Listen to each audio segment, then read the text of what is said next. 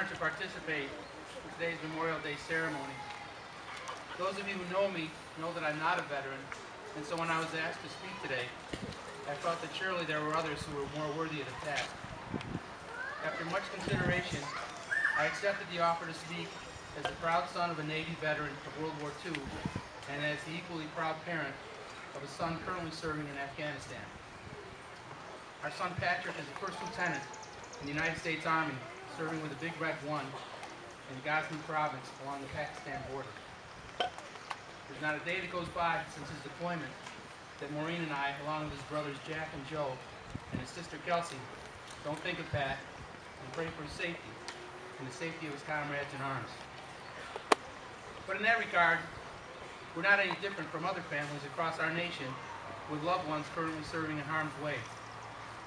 And we're certainly not any different from the many families right here in Avon who currently, and in years past in this community's history, have had family members serve their country in all branches of our armed forces, going back to the American Revolution, through the Civil War, World War I, World War II, Korea, Vietnam, Persian Gulf, Iraq, and Afghanistan.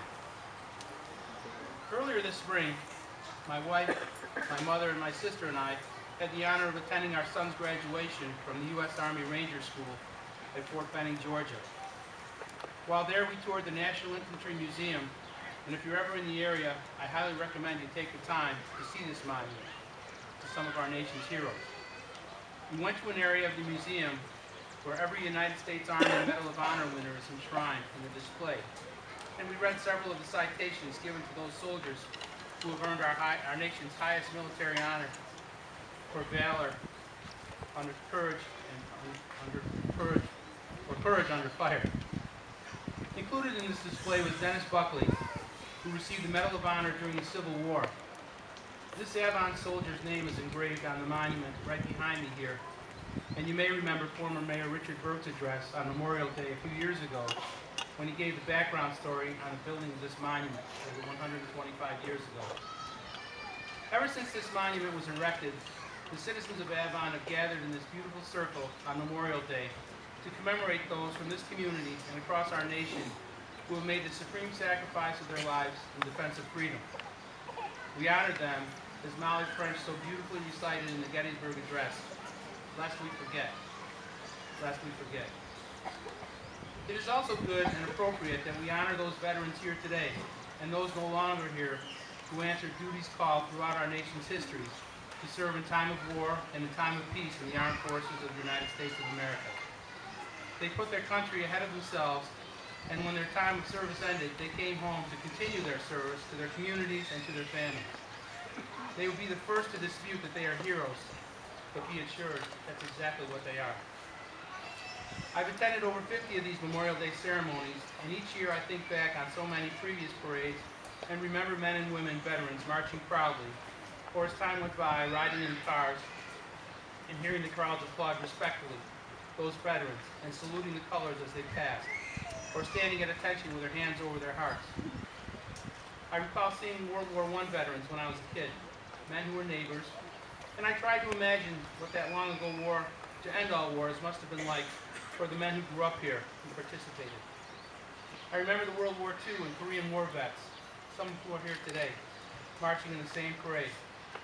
Men and women who are our parents, who are our scout leaders, our Little League coaches, and returned home to work and participate in the lifeblood of our community following those wars.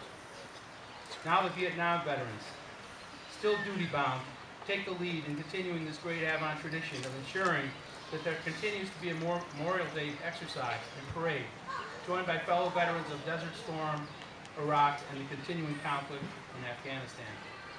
This community, thanks to our local American Legion and Veterans of Foreign Wars, has a long and rich history and tradition of ensuring that those who answered duties called, and especially those that made the supreme sacrifice, are never forgotten. This is not necessarily true in all communities throughout our nation, and yet here in Avon, the tradition continues to thrive with each passing year.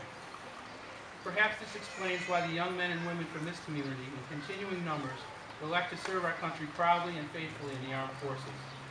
The level of commitment these young people exhibit through their service is deeply woven into the fabric of this community by the example put forth by the men and women of Avon who have served proudly throughout our nation's history to protect and defend freedom. This example, set by the brave and diligent veterans who preceded these young people serving today, serve as an inspiration to us all. We salute all of our veterans on this special and sacred day, mindful of their service, mindful of those who lost their lives, and we pray for a true and lasting peace in our time. Thank you.